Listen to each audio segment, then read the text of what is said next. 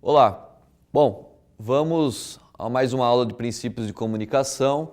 Nesse foco aqui a gente vai ter como objetivo a I3E 802.11, essa norma da I3E, importante aqui para a parte wireless, né?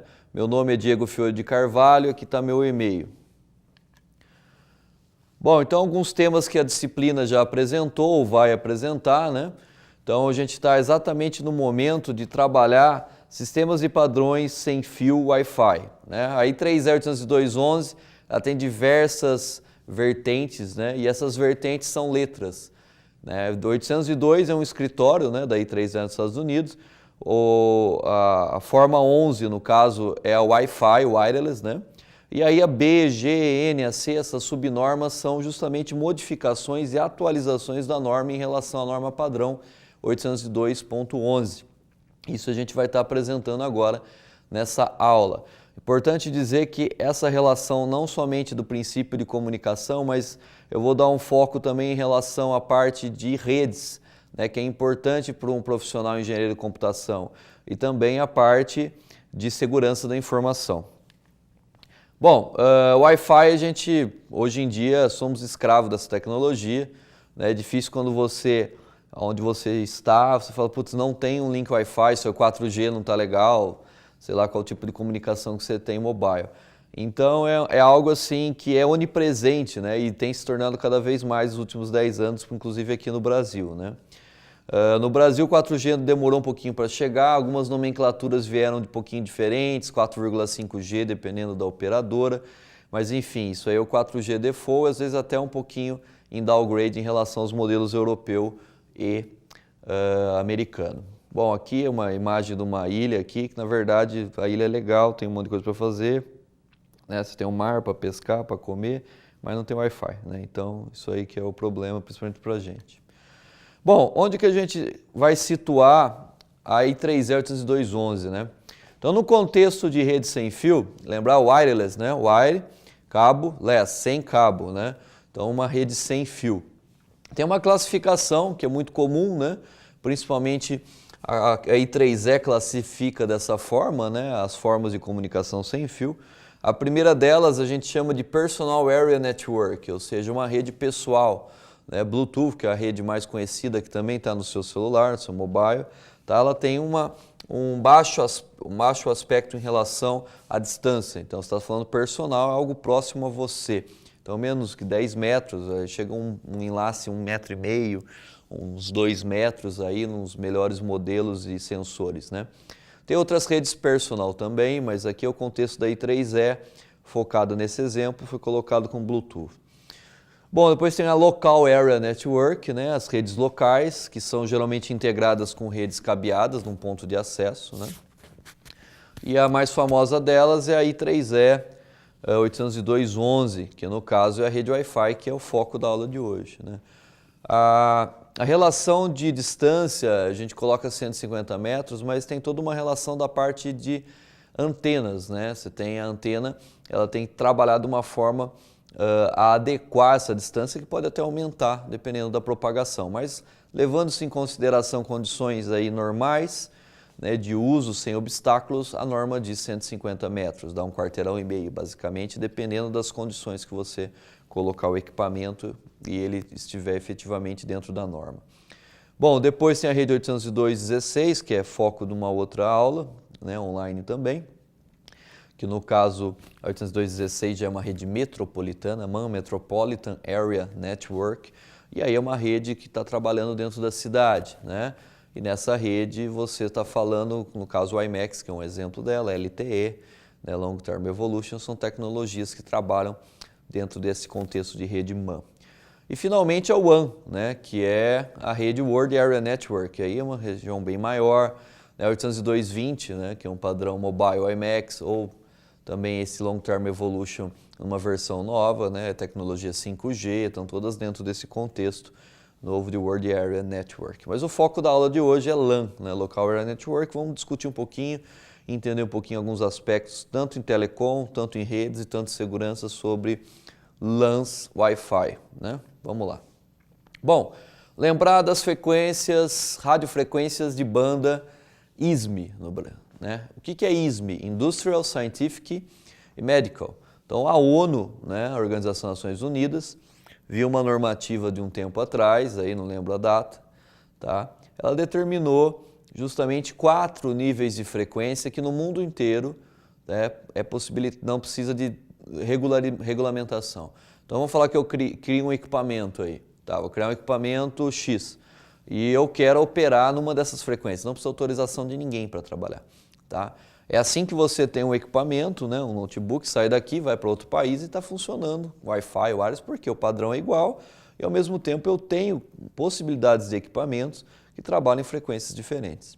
Bom, nesse caso aqui, uma das frequências abertas, uma de baixa frequência, megahertz, é 902 e 928, que a gente fala de 0.9, né, giga, é essa frequência aberta aqui, muito utilizada aí para comunicações de baixa distância e latência.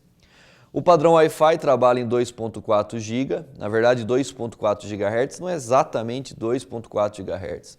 Você tem um range aí, você tem uma faixa de frequência que vai de 2.4, né, no caso 2405 ali, baixa frequência, até quase 2.5 GHz. Então todo o espectro, né, ele é tomado pela frequência Wi-Fi. E não só o Wi-Fi trabalha com isso, né? Aqui é mais famoso o Wi-Fi.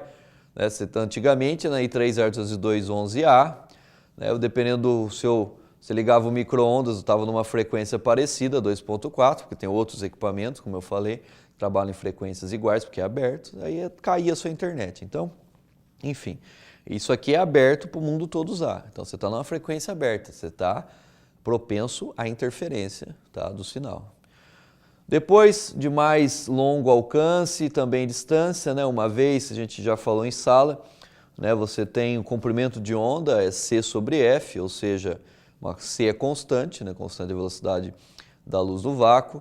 Né, então, se você aumenta o comprimento de onda, você diminui a frequência. Se você aumenta a frequência, você diminui o comprimento de onda. Então, eu aumentando a frequência, eu diminuo o comprimento de onda. Né? Essa é a ideia da 5.4 GHz da 5.8 GHz, tá? São frequências menos suscetíveis à interferência. Uma frequência pequena como essa, você consegue ultrapassar alguns obstáculos, né? Até pelo tamanho de comprimento de onda, né? Estamos falando aí pela fórmula, né? Comprimento de onda é C sobre F. Estou falando mais ou menos um tamanho de comprimento de onda Wi-Fi de 12,5 centímetros, né? Se você fizer a conta. E aqui em 5.4, 5.8 e 5, alguma coisa, até 6 centímetros, é justamente os comprimentos de onda em relação a essas normas abertas aí, ISME da ONU, né? Bom, família 802.11. Bom, você, como eu falei, né, são uma família, é um grupo 802, um escritório, lá da I3E, aí você tem a A, B, etc. Bom, a primeira foi a A, o padrão Wi-Fi para frequência de 5 GB, tá? Ela não chegou no Brasil, não vingou aqui no nosso país, tinha uma capacidade teórica de 54 megabits por segundo, tá? No nosso país não vingou, não chegou aqui, você foi, no caso, só no padrão americano utilizado lá, né? Era 5 GB, o padrão ISME não existia da ONU Internacional, né? Ela foi bem experimental para o nosso caso aqui, Latinoamérica, tá? A primeira que chegou no Brasil, de fato, foi a I3E211B, que é o padrão já em 2.4 GHz, respeitando o ISME, tinha uma capacidade teórica de 11 megabits, era sofrível, né, você trabalhar com 802.11b, né, mas enfim, ainda você trabalhava com poucos enlaces Wi-Fi nessa frequência, até dava para trabalhar um pouco e compensava esse throughput baixo em rede, né? E utiliza o padrão DSSS, que é o Direct Sequence Spread Spectrum, né, que é a sequência direta de espalhamento de espectro, que usava justamente um pulo de canais de channel para diminuir essa interferência eletromagnética de uma range, uma faixa de frequência mais limitada com throughput baixo. Né? Essa era a estratégia utilizada na 802.11b, que depois inspirou vários outros tipos de espalhamento de espectro, até em WiMAX, né, que trabalham com uma forma bem inspirada nesse padrão DSSS. Tá? A 802.11g foi a que popularizou o Wi-Fi, né? Ela já tinha uma capacidade teórica de 54 megabits por segundo. Aí você fala, ah, professor, mas quando eu tinha 802.11g, eu tinha lá uma da marca tal, Xing Ling, que trabalhava em 108 megabits. Sim, Turbo Mode. Então, fabricantes lá, TP-Link da vida, inventava lá, eu tenho um Turbo Mode 108 megabits por segundo. O que significa isso? Que em condição de turbo, condições que ele dava um up ali, né? Até porque eu preciso trabalhar aqui com no máximo 1 watt num equipamento desse em home, né? Senão eu preciso de certificação, a ISME também determina 1 watt, a potência do equipamento, né? Então ele conseguia aumentar a potência do equipamento e conseguia aí um range maior com throughput maior de rede, né? E chegava a 108, isso que é o tal do Turbo Mode que alguns fabricantes trabalhavam, tá? Depois 802.11n, ela vai ter um negocinho diferente que é bem interessante, isso aí melhorou muito a interferência em home, né, que eu falo em casa, a região também empresa, tal, trabalhou de forma bem diferente. Era um padrão que já tinha 5 GB, mas lá fora, aqui no Brasil, ficou muito focado em 2.4. Tinha uma capacidade variável de 65 a 600 megabit, né, isso também foi, os 600 megabit é um exemplo bem teórico, tá? E o padrão utilizou pela primeira vez um MIMO, que eu vou explicar daqui a pouco, o FDM, né? Orthogonal Frequency Division Multiplexing, e também o MIMO Multiple Input e Multiple Output. Que também foi um algoritmo bem interessante da forma, da estratégia que ele utilizou para melhorar, né? E 3E investiu muito nisso, até pelas indústrias que investiram para melhorar essa questão em home, né? Porque em casa você tem vários obstáculos e isso aí acaba aumentando a interferência. Então o cara tem lá um equipamento, aí tem uma parede de concreto, etc. Então, você tinha algumas dificuldades que foram até muitas vezes sanadas já nesse padrão. O padrão em 3.802.11ac, né, ele já é 2015, mas no Brasil chegou mais equipamentos em 2016, 2017. Ainda tem chegado alguns equipamentos com melhorias em AC2, né, algumas melhorias, mas esse padrão aqui de fato é um padrão muito interessante, né? É o padrão que está chegando, né, a 1 gigabit segundo, um link único, com variações de 500 megabits segundo.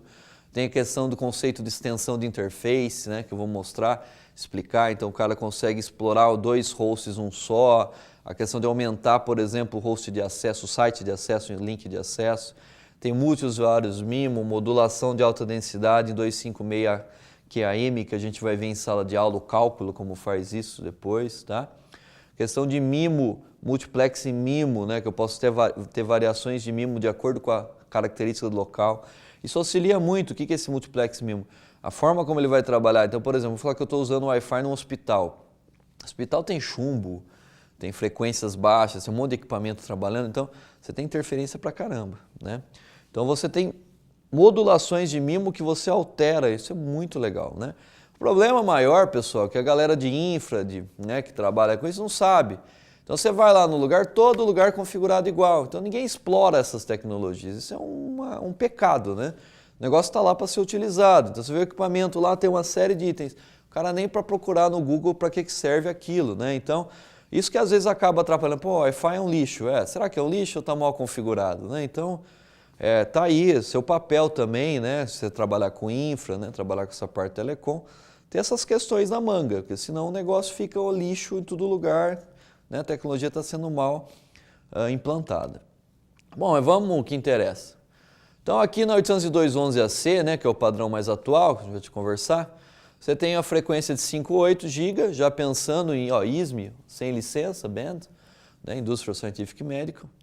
Você já está trabalhando ali, mas professor, então quer dizer que eu não trabalho mais em 2.4?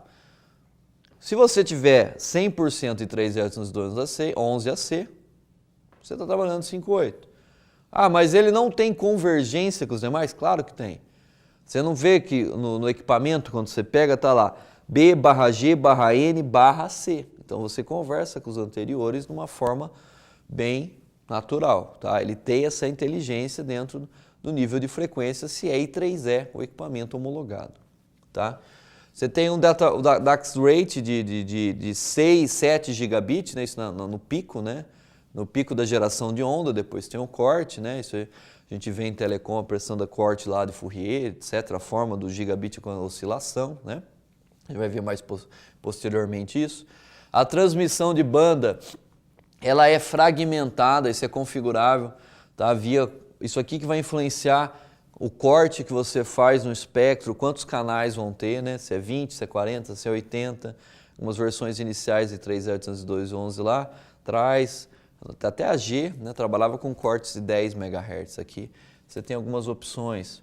A modulação, 16 QAM, a constelação que você está utilizando, 64, se é quadrática, né, da amplitude modulada.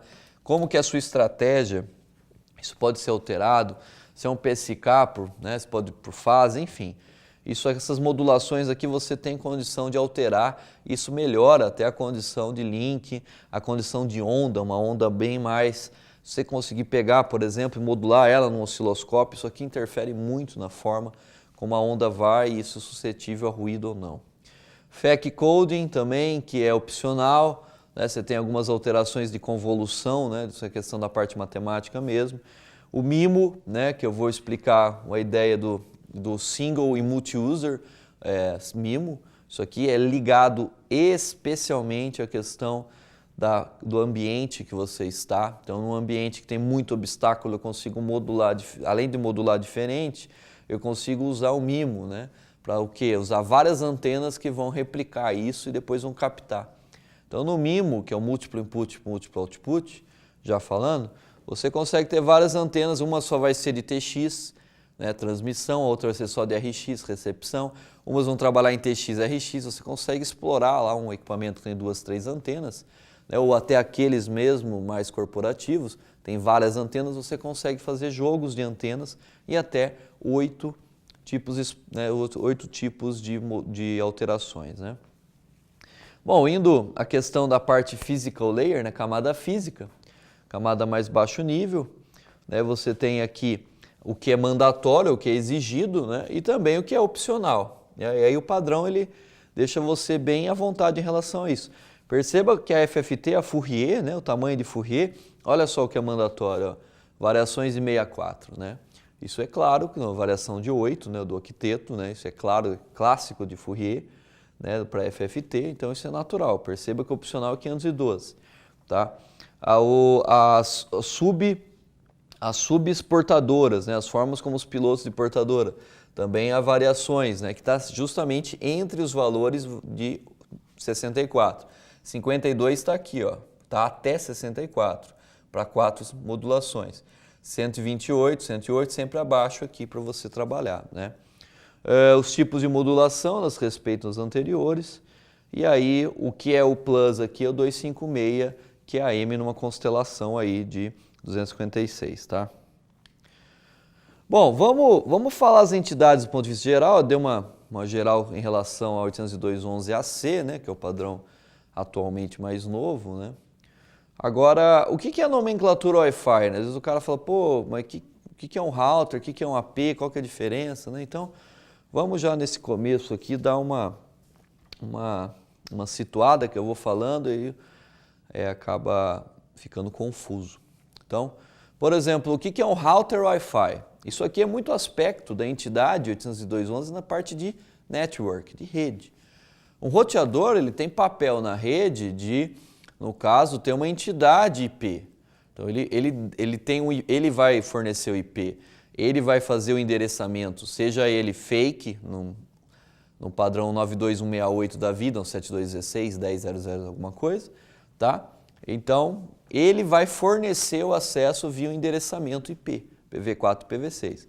Se ele fornece o direcionamento, ele vai dividir a rede. Um roteador Wi-Fi, assim como um roteador I3.802.3, ele divide a rede. Então, o roteador Wi-Fi, eu tenho um link de entrada que é o WAN, que é para fora, que vai respeitar um IP real, o outro IP RFC 1918, que é a norma dos IPs privados, né? Então está para fora. E para dentro eu tenho que ter uma outra classificação de IP. Então o roteador divide a rede, o roteador segmenta a rede. Né? Esse é o router Wi-Fi. Tá? Diferentemente no Access Point. Né? O cara vira, professor, o que às vezes está na prova, lá, pô, você fez pegadinha. Pegadinha é o caramba, meu, é conceito. Roteador divide rede. Tá? Access Point não divide rede. Access Point é igual switch, é bridge. Eu quero lá o link, ele vai pedir para alguém, ô, você tem aí um IP?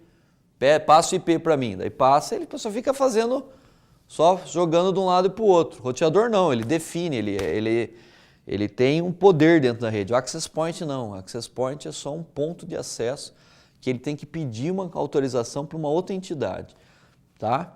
Então você vê lá, por exemplo, aqueles access points extended Wi-Fi. Então o cara tem lá um ponto, uma tomada, não precisa de nem cabo de rede, ele vai fazer um link com esse e vai estender para uma região que não está coberta, né, de frequências Wi-Fi e vai expandir essa região. Por isso que você usa um access point, né? Bom, todos eles vão ou propagar, o access point propaga, assim como o router Wi-Fi gera, né, um SSID. O que é o SSID? Extended Service Set Identifier. Ou seja, é o nome da rede, né? Esse nome da rede é registrado. Eu preciso ter toda a rede, eu tenho que ter nome? Não, você pode criar uma rede oculta. Ou pode criar um nome arbitrário, deixar default, mas enfim.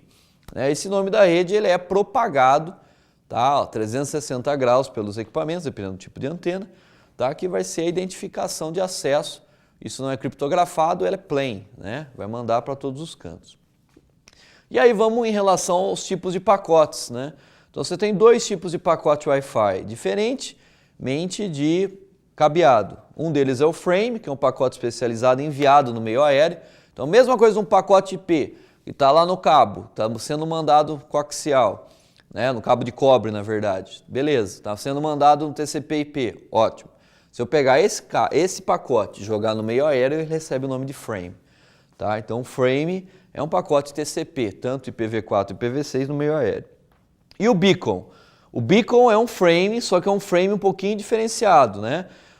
O beacon é justamente o frame que é enviado em broadcast para todas as entidades, aleatoriamente para todos o tempo todo, com o nome da rede, que é o SSID. Então o beacon ele é responsável pela associação com o AP, né, a associação com o router Wi-Fi. Diferentemente do frame, que aí é o DP ou TCP que está mandando dado, que você está trocando informações aí com entidades e serviços dentro do ambiente de comunicação. Tá? Então as frequências livres, né, 2.4 GHz, qual que é a estratégia, né, de todos esses padrões em home ou industrial? É você trabalhar, né, com um mínimo de interferência. Então, por exemplo, se a frequência é livre, com certeza vai ter equipamento com interferência. Então, por exemplo, telefone sem fio, 2.4 GHz. Câmera de vigilância, algumas em 2.4 GHz. Como eu falei, micro-ondas, babá eletrônica. Ah, ligou lá a babá eletrônica, pronto, cai a internet da casa. É coisa do capeta? Não, não é coisa do capeta. É questão de você avaliar lá qual que é, eu vou explicar para vocês como verificar, como alterar. Né? Isso não é coisa do demônio, não. Isso aí é uma coisa que é óbvio, né? Você tem que ver se está na mesma frequência. Um ligou, está com mais alto, com potência mais alta, vai cair. Só isso. Não tem nada de demônio, capeta. Né? Isso aí, meu pai, o que aconteceu aqui, não sei o quê. Não, tem lógica, né? As coisas têm lógica. Bom, os dispositivos Bluetooth também pode cair na faixa de interferência, eu ligo um e tal. Só que o Bluetooth tem a questão do pareamento, um pouco diferente a forma, né, como o FHSS, né, diferentemente do DSSS, né, que trabalha aqui no 802.11, isso que acaba favorecendo a não interferência de um com o outro, né. Isso que porque Bluetooth derruba Wi-Fi, é claro que você está ali uma distância menor, a potência menor, mas enfim, eles têm uma diferente forma de espalhamento de sinal, tá? Justamente a I3E pensou nisso para uma rede não entrar em conflito com a outra se elas são como posso ser uma teoria dos conjuntos, está uma dentro da outra. Tá? Bom, como é que eu vejo então a frequência lá para não entrar lá no problema do demônio lá, que um derruba o outro? Bom, uma coisa importante a se fazer é um site survey. O que é o site survey? Site survey é muito utilizado em ambientes de comunicação para você avaliar o cenário. Tá? É como se você parasse aquele momento e varresse de forma listen, né? Ficasse ouvindo, como se tivesse um sensor no ouvido para ver o que está acontecendo com as frequências. Você não consegue ver isso. Então você pega um equipamento, às vezes um equipamento um pouquinho mais top ali de router Wi-Fi faz isso, ou você pode baixar apps, hoje em dia você tem apps que fazem no seu celular, tá? Em Android que fazem varredura de espectro, né? Site survey, ou você pode pegar softwares também e deixar sua placa de rede Wi-Fi em modo passivo. Daí ela fica só ouvindo, esnifando, né? E vendo quais são essas frequências específicas que estão rodando ali naquela região. Então aqui, basicamente, como funciona isso? Você tem uma faixa mínima, 2.4 GB, o final dela, 2.4895, né? Quase perto do 2.5. E aí você habilita isso para ouvir quais são as frequências. E aí você percebe aqui, você tem um pico aqui numa região, né? Aleatoriamente falando nessa figura, você tem pontos altos, onde será legal? Pô, se eu conseguir colocar a minha aqui, eu vou trabalhar legal, que não vai ter interferência, e assim você tem que avaliar, né? É claro que você pegar escritório da Avenida Paulista, pô, você varrer, tá tudo, né? Aí a estratégia é bem complicada, mas regiões aí urbanas com densidade demográfica não tão grande, dá para você trabalhar com a questão de um site survey e verificar a potência do sinal versus a frequência utilizada para você ver aonde você vai encaixar. E aonde que eu vou encaixar? Como eu sei que aqui é um é outro? Aí vamos ver a ideia também em relação aos channels, né? Então a visão geral desse padrão, né, explicando as estratégias, 802.11 então, ele trabalha em 2.4 GHz no caso até a padrão N, né? As estratégias podem ser utilizadas FHSS, né, o tipo de frequência Hopper, ou o espalhamento de espectro DSSS, tá? O que vai variar, tá? Embaixo desse guarda-chuva aqui da forma de espalhamento é as questões de uso. Isso aqui é o material do nosso livro-texto, né? Princípio de prática, do Rappaport, tem na biblioteca. Posto que você nunca pegou, né? Mas é bom você dar uma olhada, tá? Tem a versão até mais atualizada que essa figura que eu peguei, tá? Bom, o esquema dos canais, então, para o i3.802.11, eu estou pegando o B, né? Eu vou mostrar a evolução. Então, esse é o padrão 802.11b, né? Trabalhava dessa forma, 2 fixos e tal. Aí foi evoluindo. Já o padrão B, eu tinha uma quantidade de canais que variava em relação ao mundo, né? Então, voltei para explicar isso. Agora, o i3.802.11b, de acordo com o Rappaport. Então, você tinha variações de channel. O que é um channel? Channel é um espaço limitado de frequência dentro do espectro. 2.4, 2.4, 95. 2.400 MHz a 2.495 MHz. O que eu faço aqui dentro? Como que eu divido esse espaçamento? Isso era diferente em cada lugar do mundo, né? Aí até que depois, do 3.802.11b, o pessoal, vamos deixar um pouquinho assim, vamos mudar, né? Então aqui olhando, 2.412 começava lá, basicamente nos Estados Unidos, na Europa, no Canadá e no Japão, né? O Canadá sempre vai junto dos Estados Unidos, eu não sei porque o report coloca Canadá, deve ser canadense, né? Porque não é possível, é Estados Unidos, Europa e Japão, né? Canadá, que tem Canadá. Bom, enfim, aí você pega 2.412, olha o espalhamento aqui, ó, 5 MHz, 412, 17, 22, 27, 32.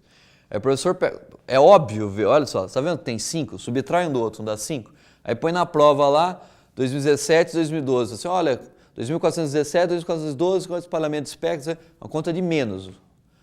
Aí o aluno não faz, não, o professor fez pegadinha. Pô, pegadinha, velho. Bom, vamos lá, vamos continuar. Então você está vendo que aqui tem um espalhamento de espectro, no caso do padrão japonês, que tinham 14 channels, né? Japão sempre tem que ser diferente. E aí o resto trabalhava com variações entre 13 e 10, né, 11. Então o padrão mais adotado nosso, por quê? O Tupiniquim aqui, Brasil, a gente vai pegar dos Estados Unidos, sempre 1 a 11, né? 11 channels é o default para a gente. Como funcionava isso? Bom, legal, na prática, né? Que depois o padrão G também utilizou. Você tem 11 channels e você vai trabalhar o seu equipamento num desses channels. É 2.4 GB? É. Mas qual é o channel que eu estou trabalhando? Legal. Então vamos lá. Então, os channels mais baixos, né? 2.412 GHz, 2.412 GHz, né?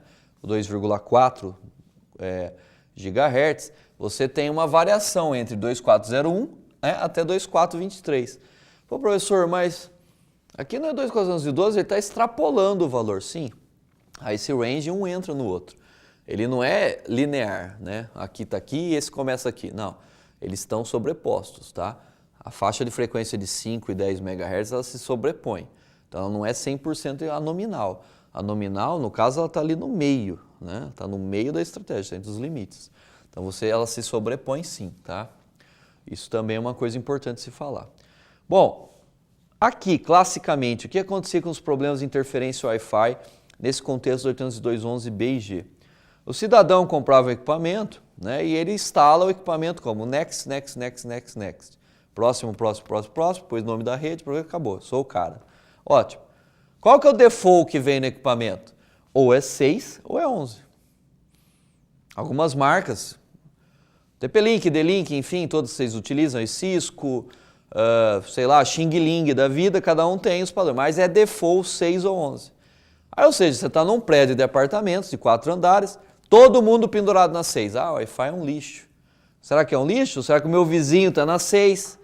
Às vezes o mesmo cara lá instalava para todo mundo. Ele instalava no mesmo channel todo mundo. É claro que vai ter interferência, né? Então, primeira coisa, vou depois falar os 10 passos lá para você trabalhar em relação à segurança e Wi-Fi. Tenta mudar isso, não deixa o default 6. Todo mundo está pendurado no 6, né? 11 também. Agora em relação a throughput, né? A relação à quantidade de dados que eu estou trafegando, a vazão da comunicação, né? Se eu estou trabalhando uma frequência lá perto do 2,4 GB, eu vou ter interferência de outras que são privadas, caso eu tenha, né? Então aqui no 2,4 GHz, eu não aconselho nas frequências do canal mais baixo. É legal sempre trabalhar aqui, ó, entre 6 e 11. Se você conseguir encaixar 7, 8, 9 e 10, você tem um throughput maior, né? Você tem uma frequência que está caminhando próximo de 2,5 e tem uma variação mais ou menos de 12 centímetros de comprimento de onda, né? Enquanto aqui já tem mais próximo de 13. Isso é pequeno, é pouca coisa? É, mas já ajuda, dependendo da situação. E você tem um throughput aqui legal. Esses 4 aqui são as ideais para você trabalhar, se você conseguir encaixar na sua situação. Aqui é o desenho famoso do MIMO, né? Então, como tinha muito problema de interferência na B e G, a partir da G, alguns equipamentos, também na N, né, que se consolidou, veio o conceito do MIMO, múltiplo input, múltiplo output, múltiplas entradas, múltiplas saídas. Então eu teria antenas, diversas antenas, que eu trabalharia de forma a configurá-las. Olha, essa aqui só recebe dado, ó, essa aqui só transmite, essa aqui recebe e transmite. E eu consigo configurar isso.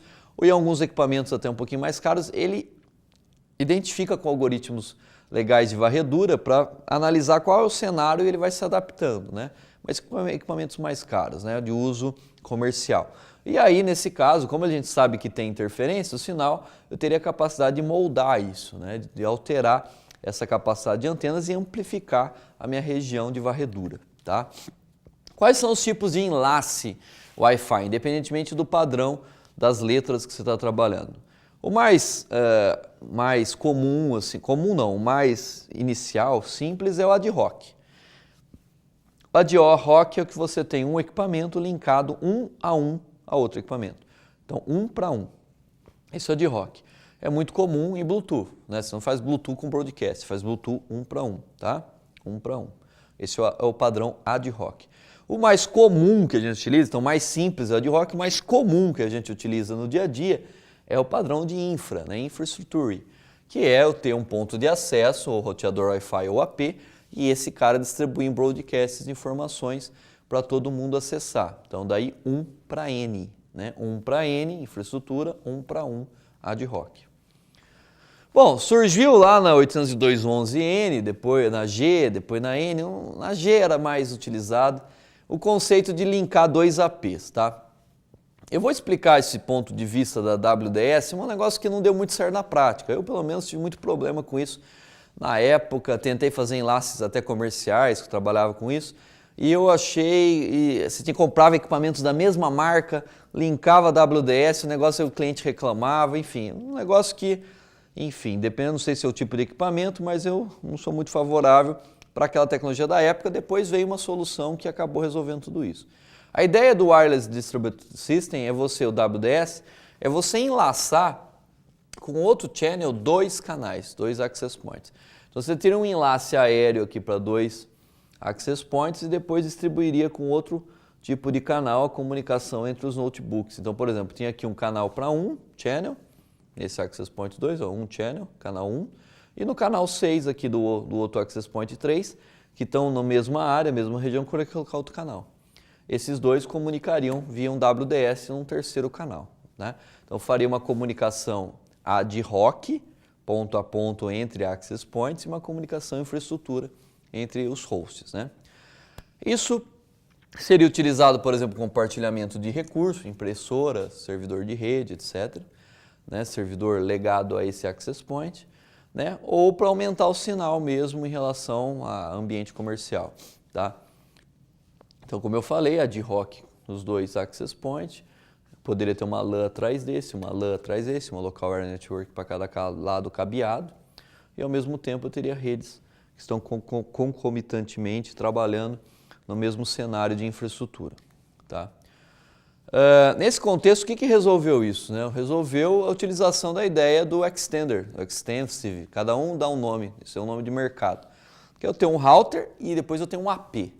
Então, aquele outro equipamento, diferente de ter dois routers, eu tenho um access point, um AP, que é legado a esse router. Um router só gerencia a estrutura toda. Né? São aqueles extended que você compra, bem mais baratos, né? Você põe na tomada lá num canto e ele é responsável por amplificar o sinal naquela região, né? Que é o conceito de amplificação aí.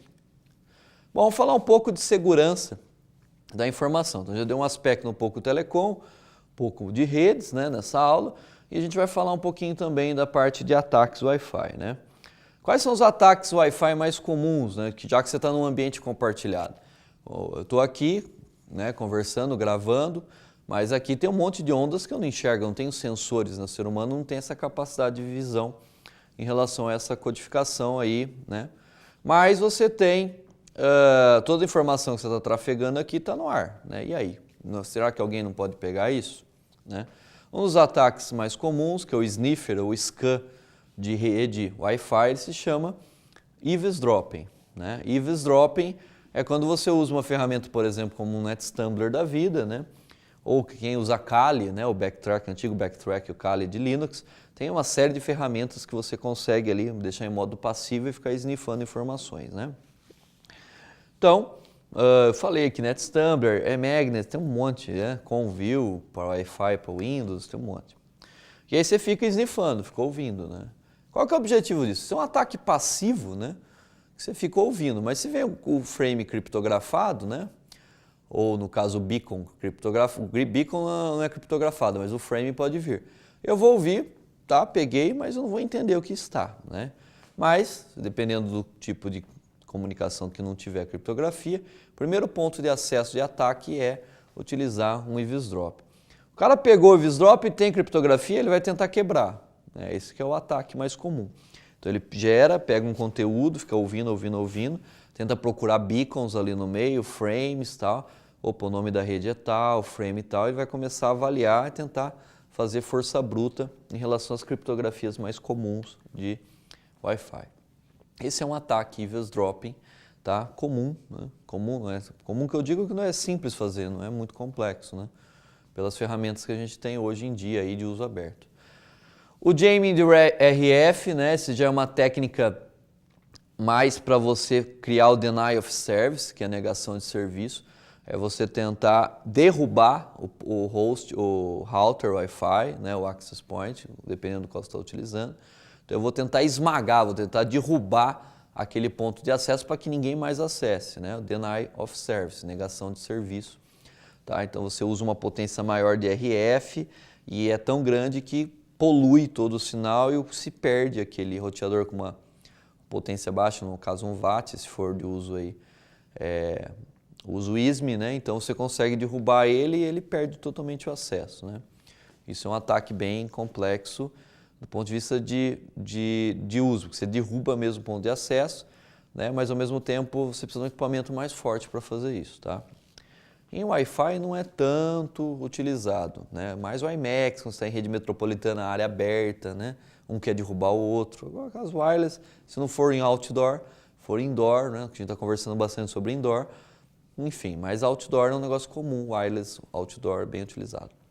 O rejigging de wireless, né? Que já é um outro tipo de ataque, né? Que você vai fazer um dispositivo jamming de RF que você cria, né? Esse é sacanagem, né? Esse aqui é tenso, né? Imagine, faz um jamming de RF, derruba o roteador que está lá da sua rede, aí você sobe um outro com a mesma estrutura desse. Você clona esse cara aqui, só que é você que toma conta desse. Então ele tem o mesmo SSID, Você pode usar até a senha, se você roubou a senha desse aqui, a mesma senha. Aí todo mundo que caiu desse vai se associar automaticamente a esse. Esse é o ataque hijacking de wireless, né? Esse tem alguns casos aí que você lê na literatura que são bem complicados, que aconteceram com hackers aí ao redor do mundo. O hijacking de wireless, né? Aqui já é um de derrubar. Você, por exemplo, tem um cliente que ativou, né? Ele está usando um laptop com AP, com Access Point, né? O servidor DHCP captura ali camada 2 e 3 usuário, né? E esse cara está conectado ao hijacking e ele não passa desse cara. Esse cara começa a criar um man in the middle. Ele começa a inventar informação de resposta. Já é uma coisa bem mais complexa, né? Que aí depende bem do tipo de ataque, né? Já é uma coisa bem mais mundo hacker mesmo, que é uma coisa, o cara ele vai levantar um ponto, mas ele não vai deixar passar para fora para o WAN. Essa é a ideia. Diferença em relação ao hijacking wireless é que esse hijacking wireless de ponto de acesso local, do hijacker, né? Do hijacker aqui, é que ele não vai deixar passar para o WAN, ele fica preso na LAN. Isso, o ponto de acesso ROG, é quando você sobe aquele AP que eu comentei. Daí você suba um access point que esse cara ele vai estar totalmente atrelado à codificação do anterior, clonado, mas quem controla sou eu. Tá? Quais são os aplicativos que você usa para brincar? Então, tem vários alunos que fazem TCC, né? Agora já é mais carne de vaca, né? Antigamente, nossa, eu vou fazer um ataque wireless, tal, legal. Aí pegava o Aircrack, né? Do Kali, o Backtrack, né? E o Aircrack New Generation, NG, né? Que são as versões mais utilizáveis. Aí o processo era esse, autenticava o sistema aberto, pede autenticação via SSID, o Access Point responde, você está autenticado, aí você precisa da parte da associação do Access Point, se ele responde ok, daí você acaba entrando. Então o Aircrack é um toolkit, né? Tem vários processos, o AeroDump, AirImage, então ele vai indo até chegar no Aircrack que ele vai tentar quebrar via dicionário de dados uma senha, o app, né? No caso era mais comum os ataques para o app na I302.11bg. Então, qual é o processo do Aircrack utilizando o toolkit? Eu coloquei aqui. Então, primeiro eu descobre a rede, uso o AeroDump, né, o Kismet, que são as ferramentas mais comuns aí. Como eu falei, modo passivo, modo monitor, a placa de rede fica. Então, eu fico sniffando. Estou ouvindo a frame, beacon passou, legal, estou pegando, ok. Aí depois o AeroDump, né, que aí você salta de canal em canal para tentar mostrar tudo que está associado, quais que ele vai conseguir receber esses beacons. Legal, porque eu tenho quantidade de beacon aqui, no canal 1, tá mais ou menos, 2. Peguei o que eu quero, com o frame certinho aqui. Ok, então eu vou nesse canal que é justamente o ataque. Então o AeroDump eu vou direcionar ele. E foco o sniffer na rede. Aí, aquela questão de clonar MAC. MAC é uma coisa que fala, vamos associar por MAC address, que MAC address é o endereço físico, camada 2 de rede, né? Então, teoricamente, cada placa de rede tem um endereço físico único. Isso já não acontece mais há muito tempo, né? Então, e é fácil clonar também o MAC address. Então o cara fala, vou associar por MAC address, estou sossegado. E em segurança é sempre coisas a mais, vamos adicionando, né? Não vamos achando que uma técnica vai resolver todo o problema do universo. Que não é assim, daqui a pouco surge outra para burlar. Então aí o cara clona o MAC address, ou ele faz um dump baseado no MAC que está sendo sniffado, via um outro terminal, e aí ele começa a tentar injetar pacotes, né? Injetar pacotes fake, né? Até poder, por exemplo, aumentar a captura dos pacotes, esse pacote 4, que é de injeção, né? De ARP request, porque pacote ARP ele está tentando associar, né? Via DHCP.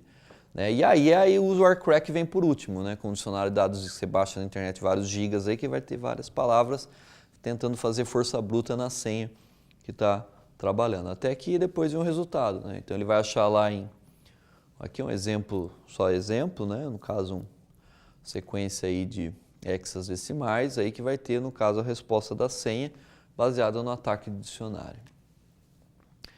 Bom, o que a gente pode fazer para tentar, né, de forma arbitrária, né, ou tentar de forma sequencial diminuir um pouco esse tipo de ataque, né, que está bem comum, né, com as ferramentas que a gente tem hoje em dia. Então, uma delas, né, as recomendações até pelo Wi-Fi Consortium, é você trabalhar. O SSID oculto é uma coisa que você consegue trabalhar em casa. É difícil uma empresa você trabalhar com SSID oculto. Então, o que fala é uma coisa, o que faz na prática é outra. Trabalhar ainda com endereçamento MAC e trabalhar firme em relação à autenticação. Como funciona esse SSID oculto? Bom, como você fala, o beacon, que é o frame com o nome SSID, ele fica espalhado aos 4 ventos. Então a galera fica ouvindo, ó, tem uma rede tal. Você no celular você pega, vou avaliar quais são as redes que tem aqui. Ah, fulano, tá. E dos caras põem, os cabeçudos põem o nome, né, celular de fulano, né, sabe? Vai usar uma rede OSS. Primeira coisa, SSID, usa um nome, sei lá, que não está arbitrariamente ligado àquela instituição. Isso também é uma coisa complicada, né? Ah, mas vou associar na rede, sei lá, tomates verdes fritos numa empresa, não tem nada a ver. Então fica um negócio estranho, mas hacker é uma merda, é complicado, né? O cara, onde que eu vou, o cara já está pensando antes, né? Cracker, hacker, né?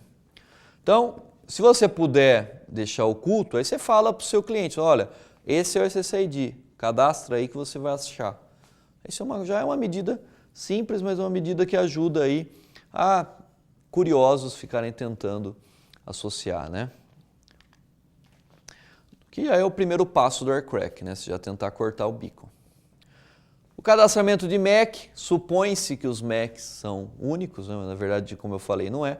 Olha em Linux, para você trocar um comando aqui no terminal, para você trocar o MAC, seja root, né? Sudo ifconfig, papapá, eth, eu troco o meu MAC. Então não é tão complicado eu burlar um MAC, né? O Windows tem o EtherChange também, que você pode alterar isso, né, via acesso administrador no seu terminal, na sua máquina, né? Também dá para alterar lá. Você consegue no terminal alterar, no caso, o roteador, seja da placa que você está utilizando, Wi-Fi ou cabeado, né? Então, esse SSID oculto, cadastramento por MAC, é legal, tá? Quem faz isso? Roteador Wi-Fi. Mas a gente tem o que é o principal, que são as criptografias, né? A criptografia ela vai embaralhar a informação, trabalhar com os algoritmos aí baseados em alteração binária de palavras ou letras, e aí você vai inserir isso dentro de cada codificação que você faz. Lembrar que existem formas de criptografia que vêm surgindo em alguns equipamentos comerciais que são interessantes, como TKS, FIP, FLIPS, FIP, que são normas que são mais privadas. Só que isso aumenta tanto o nível de criptografia que diminui seu throughput. Quando eu aumento a criptografia e começo a embaralhar a informação mais, fica mais lento, porque eu preciso decodificar isso em algum momento, né? Essa pessoa às vezes acaba... Ah, segurança. Tá, e o performance, e o desempenho vai caindo. Eu vou aumentando, atrelando um monte de coisa, mas vai caindo. Então precisa usar com parcimônia, com bom uso, ter aí um meio termo, senão você vai acabar deixando a sua rede bem lenta, ou você tem que ter um equipamento top para segurar o tranco, né? Então, o primeiro tipo de criptografia, que é o que o AirCrack quebra toda vez, que você nunca deve usar, né, hoje, né, agora, é o EP. Né? O EP é o Wired Equivalent Privacy. Ele é baseado no DES, que é uma criptografia simétrica, Data Encryption Standard, né, lá atrás. Codificação de DES de 64 bits a 128 bits, né? E ele tem algumas falhas de segurança que são forçadas já conhecidas, né? Principalmente com ataques como esse que eu comentei do AirCrack, né? E aí, nesse caso, o EP ele é muito quebrado aí nos ataques de força bruta. Não deve ser utilizado já nos padrões aí há um tempo. O WPA, que inicialmente foi criado como o EP2, e aí o WPA, que é o Wired Protect Access, né? Ele vem com duas estratégias para poder trabalhar a questão de melhorar a performance do EP, né? Então ele não é um EP default, ele é um EP já melhorado, tá? Tem alguns outros algoritmos, por exemplo, baseado em AES, né? Advanced Encrypted Standard, não em DES, né? Data Encrypted Standards, que é bem mais antigo. O AES substituiu o DES na criptografia simétrica cabeada, tá? O WPA ele já tem essa capacidade de trabalhar, por exemplo, com um TKIP, que é um Temporal Key Integrity Protocol. Então a integridade da chave ele pode mudar de tempos em tempos. Então, eu consigo gerar alguns pares de chaves, né, baseado em hash. Isso é alterado de tempos em tempos. Então, às vezes o cara consegue associar, está aprontando, depois ele cai, né? Então isso favoreceu muito a parte de criptografia, né, dentro, sem ter o problema de segurança, aumentar a segurança, o problema do desempenho, na verdade, aumentou a segurança, mas sem ter o problema com o desempenho, que o WPA trouxe para a gente, tá? E o WPA2, que é o mais utilizado, foi criada uma norma que organizou o WPA, que é essa que eu vou estar explicando, que é a forma Enterprise, Personal, o pessoal utiliza, às vezes fica em dúvida, que é uma norma, I3E80211I, né? I é justamente o nome da norma que traz o WPA2, baseado em AES, que eu falei, o AES é a evolução do DES, do Encryption Standard Advanced, né? Que foi o concurso mundial, né? Que o regime ganhou lá, mostrando um algoritmo robusto, tá, para o Wi-Fi, né? Esse foi um concurso mundial que um monte de gente participou, inclusive brasileiros, desse concurso para gerar uma criptografia estável para uso mundial que o portfólio NES acabou adotando depois, né? Então, a segurança corporativa Wi-Fi, eu vou dar algumas dicas, eu também vou explicar do Personal, né, do Enterprise, né, para você ver. Então, primeira coisa, em ideias de segurança física,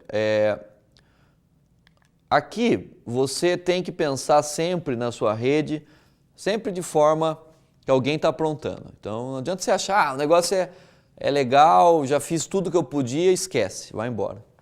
Não, sempre pensar em auditar, sempre pensar em avaliar. Ou será que a frequência não mudou? Será que o meu vizinho já não pôs um outro equipamento?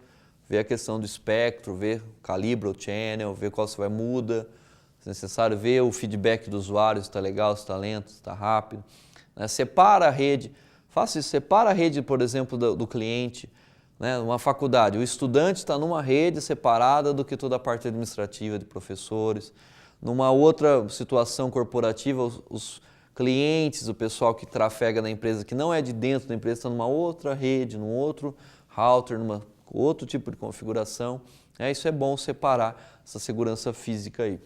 Além da parte de auditoria, sempre ficar de olho, né? Tem protocolos para isso, né? Para verificar se você tem alguns problemas, né? Então não adianta, segurança você tem que estar o tempo todo verificando, 24 horas por dia. Há ferramentas de monitoramento? Você pode implantar, né, e analisar se tem alguma anomalia. Então quando ele vê alguma anomalia absurda, ele pode gerar um e-mail, né, uma mensagem para você ver se alguma coisa está muito diferente. Sempre renove as políticas de segurança, né? Pensar em normas aí, existem normas internacionais para verificar, algumas ISOs também, não só da I3E, que são recomendações que você olha até para implantar nos equipamentos que você está comprando aí, alterando, né, verificando. O Wi-Fi, no caso dos equipamentos, tem também classicamente uma queda de funcionamento, né, em relação a ele. Como você tem ali um oscilador que tem que estar estável, então dependendo do tempo ele pode dar uma variação, né? Então você tem que verificar também se esse equipamento está a contento, se o sinal dele está legal, né? Bom, então WPA ou WPA2, que é o que eu estava explicando em relação a Enterprise e Personal. Quando você utilizar Personal, tá, que é pessoal, você tem necessariamente de limitar uma senha, tá, uma Secret Key Network, e essa senha ela vai ter que estar atrelada a um tipo de criptografia, ao Encryption Type.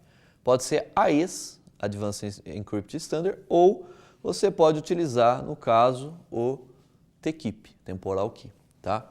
Então, o WPA2 Personal, ele dá essa possibilidade para você trabalhar. É muito utilizado quando cria um router lá, uma região pequena, uma empresa pequena, e aí todo mundo acessa via uma única senha.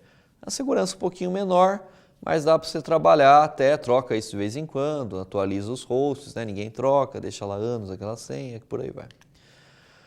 Bom, já o padrão com TKIP, você cadastra aquela senha, mas um pedaço da senha há variação de integridade, como eu falei, o Temporal Key, que vai sendo alterado de tempos em tempos, aumenta a complexidade, mas você tem essa garantia de um pouquinho mais de segurança. Em relação às estratégias, tem o app, né, que não tem autenticação, o risco é alto, tá? O puro 8211X, que foi uma variação do app, né, melhorou a autenticação, mas ainda teve problemas com aircrack. O Personal já é interessante, que eu falei, WPA puro, né, Personal, com TKIP, Only TKIP, somente TKIP, né? Aí você pode usar uma Pre-Shared Key ou você pode trabalhar o 8211X, que é uma autenticação externa que eu já vou explicar para vocês. Risco mais baixo, utilizando o Enterprise, né?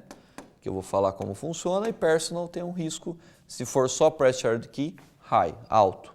Tá? E aí o padrão, 862.11x, que tem AES, né? Que aí você tem uma criptografia maior, throughput um pouquinho menor, ela é forte a autenticação e é baixo o risco, principalmente se você utilizar uma VPN, que eu vou estar falando mais para frente.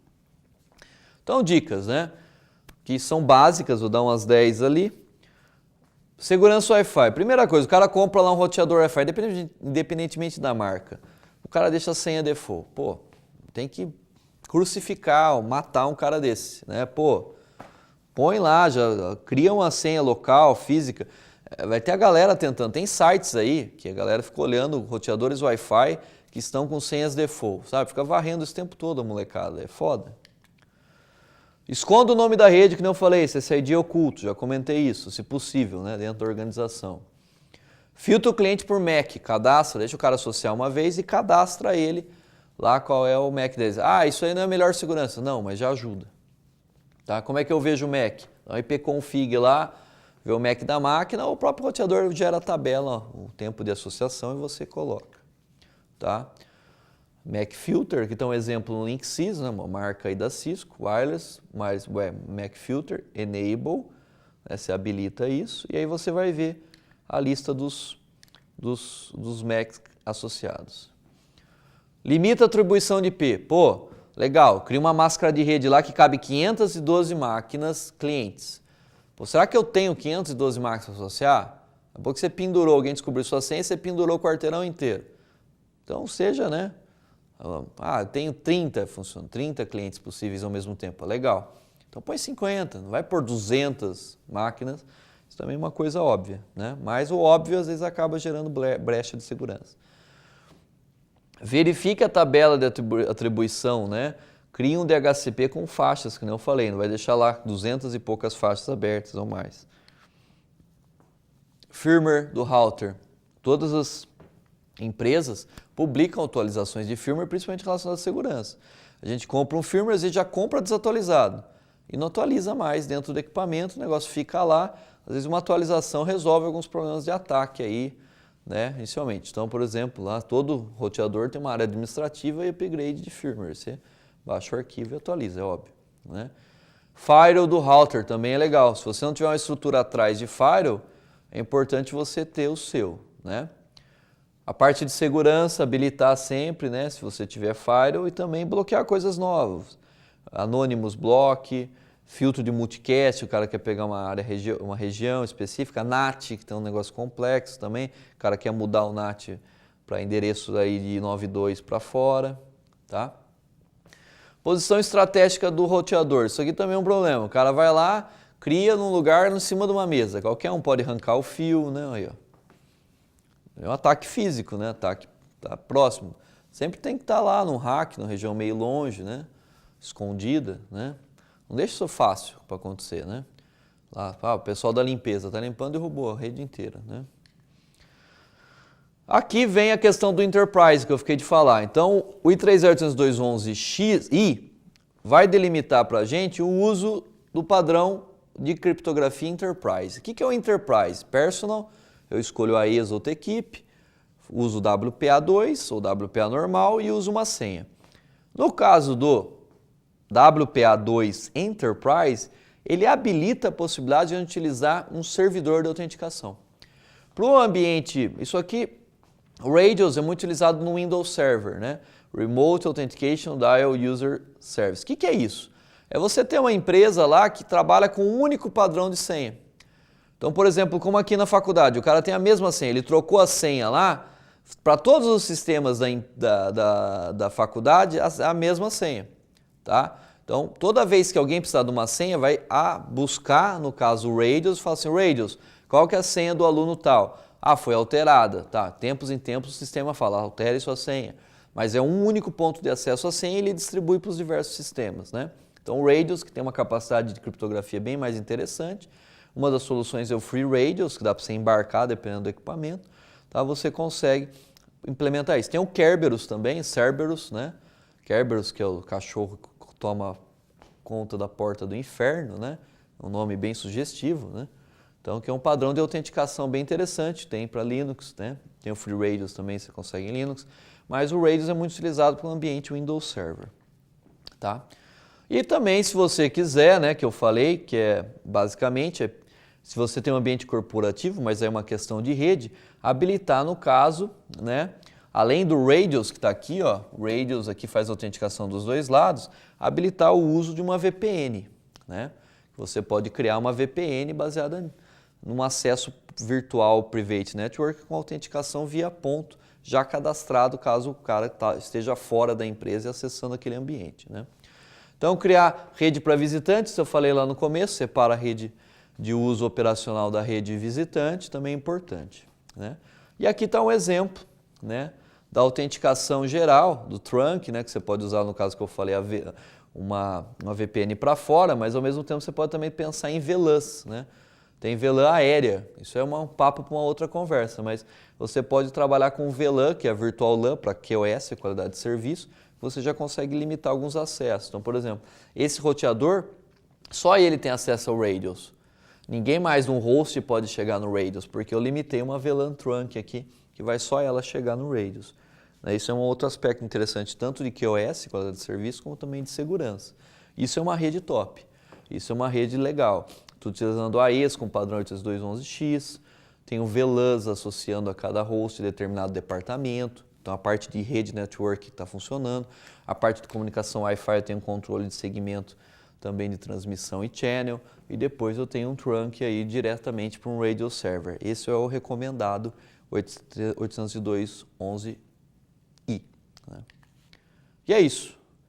Então, essa foi a aula de princípios de comunicação sobre o padrão I3E802.11 no geral. Tanto a parte de telecomunicações, um pouquinho de rede e também de segurança aí. Obrigado.